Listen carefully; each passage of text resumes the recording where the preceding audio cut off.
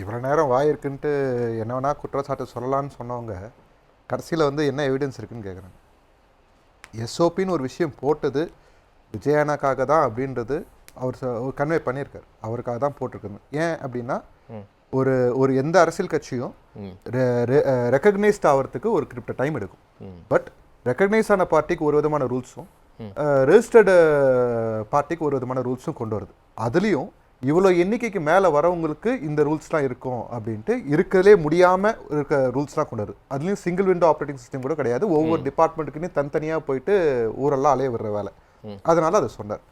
இவங்க கொண்டாத்து மாதிரி சொல்லும் போது எஃப்சிஆர்ஏக்கு ஏதாவது கண்டனம் 6ஆம் தேதியே அதுக்கான விஷயத்த ஆனந்தனை ஒரு டீட்டெயிலான ஒரு அறிக்கை கொடுத்துருக்காரு. அரசியல் ஃபாலோ பண்ணுறவங்க அதையும் சேர்த்து ஃபாலோ பண்ணணும். இல்லை ஃபாலோ பண்ண விஜய் ஏன் கொடுக்கல சார் இந்த விஷயத்துக்கு அவருக்கு ஆனந்தனா சொல்லியிருக்காரு. இப்போ ஆனந்தனா சொல்லக்கூடாதுன்னு ஏதாவது இருக்குங்களா?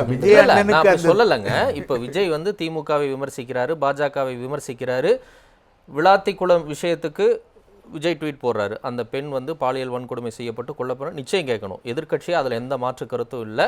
இந்த மாதிரி திமுகவை சார்ந்து வரக்கூடிய விஷயங்களுக்கு விஜயை நேரடியாக வந்துடுறாரு. ஆனால் மற்ற விஷயங்களுக்கு 2ஆம் கட்ட 3ஆம் கட்ட நிர்வாகிகள் ட்வீட் போடுறாங்க. ஏன் விஜய் போடலாம்ல? இல்லை சார், அவர் வந்து இன்னைக்கு அவரோட பிரைமரி டார்கெட்டாக இந்த எலெக்ஷனில் டிஎம்கே தான் அவர் பிரைம் ஆஃப். சரி, அப்போ எஃப்சிஆர்ஏல சிறுபான்மையினர் பாதிக்கப்பட்ட பிரைம் டார்கெட் மட்டும் தான் பார்ப்பாரா?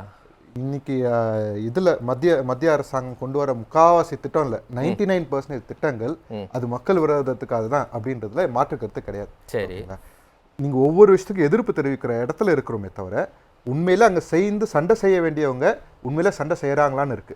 நம்ம அதை தான் பார்க்கணும். ரைட், அதையும் நீங்க சொல்லுங்க. திமுக நடிக்குதுன்னு சொல்லுங்க, பிஜேபியும் இந்த மாதிரி செய்யறாங்கன்னு சொல்ல ரெண்டுமே சொல்ல மாட்டீங்க. பாத்தீங்கன்னா கேஸ் சிலிண்டர் பத்தி பேசினேன். அப்ப கூட யாரோ சொன்னாங்க ஈரான்ல போர் நடக்குது அப்படின்ட்டு. ஏன் அதை பத்தி பேசல அப்படின்னு. எதை பத்தி பேசுறோமோ அதை விட்டுருவாங்க.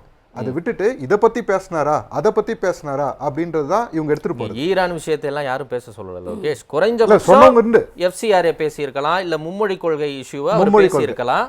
ஏன் அதை தவிர்க்கிறார்? இல்ல அது விஜய்க்கு தானே வலு சேர்க்கும், ஏன் அதை அவர் தவிர்த்துட்டு போறாரு? அவரு இதுதான் ஒருத்தங்களுக்கு வலு சேர்க்கும் நம்ம நீங்க சொல்றீங்க இல்லையா? நான் என்ன சொல்றேன், அவர் என்ன யோசிக்கிறாருன்றது அவர் ஒரு அஜெண்டா ஃபாலோ பண்ணி இந்த தேர்தலில் இவங்களை வீழ்த்துறதுக்கு இதை தான் செய்யணும்ட்டு ஒரு பிளான் பண்ணி வச்சிருக்காரு. சிறுபான்மை மக்களுக்கு நான் தான் பக்கத்துல நிக்கிறேன், அவங்க பின்னாடி நிக்கிறேன், திமுகவும் பாஜகவும் ஏமாத்துதுன்னு சொல்லி அவர் சொல்றாரு. சரி, இப்போ இதெல்லாம் சொன்னா உங்களுக்கு வலுவா என்ன சொல்றேன், அவரு அதுக்கான விஷயத்த போன வாரமே இவங்க இன்னைக்கு சத்தம் போறதுக்கான விஷயத்த போன வாரமே அதை கவனிச்சு ஆனந்தனா வச்சு அறிக்கை விட்டுருக்காரு. நான் என்ன சொல்ல வரேன்னா, இப்ப இது விஜயனா சொன்னாலும் அங்க ரிப்பல்ஷன் வந்து அது வேற மாதிரி இருக்கலாம் நீங்க நினைக்கிறீங்க. நான் என்ன சொல்ல, அதுக்காக உடனே பின்வாங்கிடுவாங்க அப்படின்னா நம்ம ரியாலிட்டியா பேசுவோம்.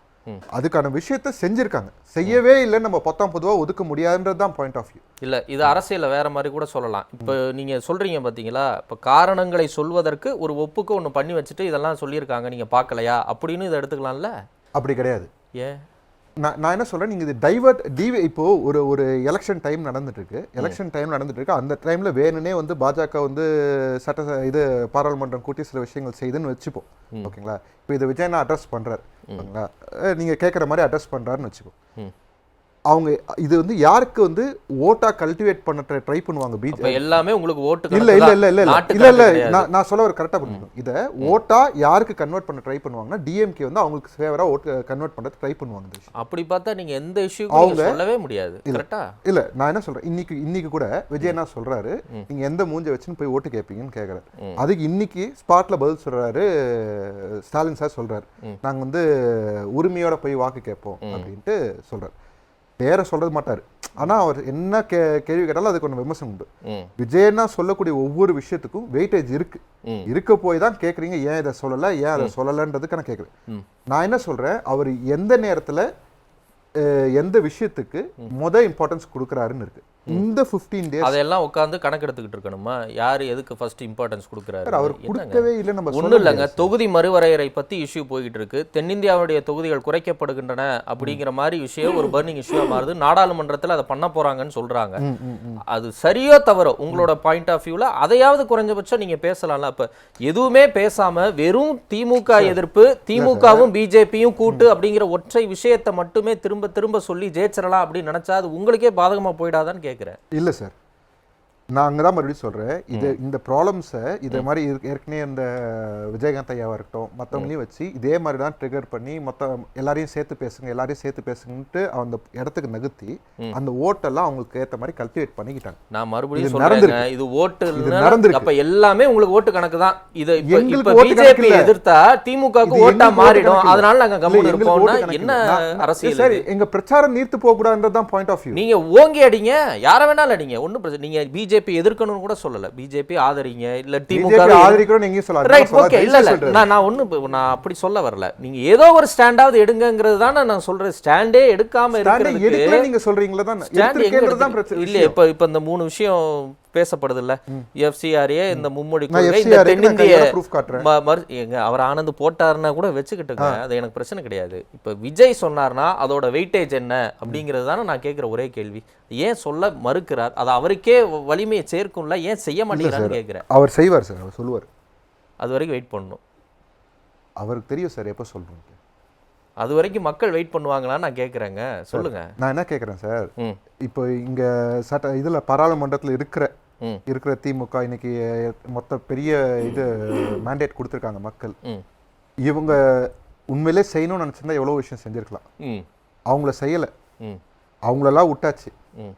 விஜயனாவை கேட்போம், ஏன் இதை செய்யலைன்னு. நான் என்ன சொல்றேன், அதுக்கான விஷயங்களை அந்தந்த நேரங்கள்ல அந்தந்த அதுக்கேற்ற இது அப்படிலாம் யாரும் திமுக காப்பாற்றணுங்கிற கடப்பாடு கிடையவே கிடையாது. நீங்க தாராளமா கேளுங்க, 40 பேரையும் கேளுங்க, மத்திய அரசையும் கேளுங்க, எல்லாரையும் கேளுங்க, உங்களையும் கேட்பாங்க. நான் அதே தான் கேட்குறேன். சரி, இப்போ எஃப்சிஆர்ஏக்கு சொன்னீங்க, நான் இன்னும் 2 விஷயம் கேட்குறேன். விதைக்கான ஒரு இது மசோதாவா இருக்கட்டும், அதே சமயம் இந்த நியூக்ளியர் பவர் பிளான்ஸுக்கான மசோதாவா இருக்கட்டும், இது 2த்துக்குமே என்ன மாதிரி ஒரு எதிர்ப்பு தமிழ்நாட்டில இருந்து வந்தது அப்படின்ற கேள்வி டிஎம்கே பார்த்து கண்டிப்பா கேட்கணும். விஜய் கேட்டாரா? நீங்க கேளுங்க, நீங்க என்ன சொல்லுங்க. விஜய் கேட்டாராங்க? விஜய்க்கான விஷயம் பேசியிருக்காரு. விஜய் கேட்டாரா? விஜய்க்கான விஷயம் பேசியிருக்காரு. விஜய் பேசியிருக்காரு. இந்த ட்வீட் இருக்கா ஏதாவது? அது ஏதோ ஒரு ஸ்பீச்ல சொன்னாரு, அட்ரஸ் பண்ணாரு. நான் உனக்கு தேடி தரணும்னா நீங்க பிரேக் கொடுங்க, நான் தேடி தரேன். நீங்க இப்படி கேட்டீங்கன்னா நீங்க ப்ரூஃப் வைங்க, நீங்க தான் சொன்னீங்க. தாராளமா பேசலாம் லோகேஷ், பேசியிருக்காரு. சரி, ஓகே. நீங்க நான் தான் சொல்றேன், இவங்களே செலக்டிவா தான் எடுத்துக்கிறாங்க விஷயத்தை, எந்த விஷயத்தை பேசணும் எந்த விஷயத்தை பேசக்கூடாது. அதே மாதிரி நாங்களும் இன்னும் அதிகமா இன்னொரு படி அதிகமா சொல்றேன். பட்ஜெட்ல தமிழ்நாடு உட்பட சில மாவட்டங்கள்ல இருக்கிற கனிம வளங்களை, அதுவும் ரொம்ப ரேர் எர்த் மினரல்ஸை எடுக்கிறதுக்கான பட்ஜெட்லயே அலோகேட் பண்ணியிருக்கிறாங்க. அது விஷயமா டிஎம்கே என்ன மாதிரி ஒரு எதிர்ப்பு தெரிவிச்சது அப்படின்னு கேட்கலாம். இவங்க போட்டி சென்னைக்கும் இது தமிழ்நாட்டுக்கும் டெல்லிக்கும், சாரி டிஎம்கேக்கும் டெல்லிக்கும் அப்படின்னு கட்டமைக்கிறாங்க இல்லையா, அவங்க கட்டமைப்புக்கு வலு சேர்க்கறது விதமா சில விஷயங்களை எந்த அளவுக்கு செய்யணுமோ அந்த அளவுக்கு செஞ்சுட்டு இருக்காரு விஜயனா. இப்ப மெயின் என்னன்னா, இங்க நடக்கிற அவலங்கள் இதன் மூலமா மறைக்கப்படுதா அப்படின்னு இருக்கு. ஃபார் இன்ஸ்டன்ஸ் எல்லா அவலமும் ஒரே அவலம் தாங்க. இது ஒரு முக்கியமான அவலம், அது கொஞ்சம் தள்ளி பேசுற செகண்டரி அவலம்லாம் கிடையாது. எல்லாமே அவலம்னா அவலம் தான். எந்த அளவுக்கு மோசம்னா, பிஜேபி இவங்க கொள்கை எதிரியா ஃபிக்ஸ் பண்ணி வச்சிருக்காருன்றது தான். ஓகேங்களா, கொள்கை எதிரியா ஃபிக்ஸ் பண்ணிருக்காங்கன்னா அவர் இருக்கிறதுல ஹையஸ்ட் பாயிண்ட் ஆஃப் வியூ தான் அங்க வச்சிருக்காங்க. அதாவது அதிகமா எதிர்க்க வேண்டிய இடத்துல வச்சிருக்காரு. அவர் எப்போ எந்த விஷயத்த செய்யணும்ன்றதை அவர் கரெக்டா செய்வார்ன்றது தான் பாயிண்ட் ஆஃப் வியூ.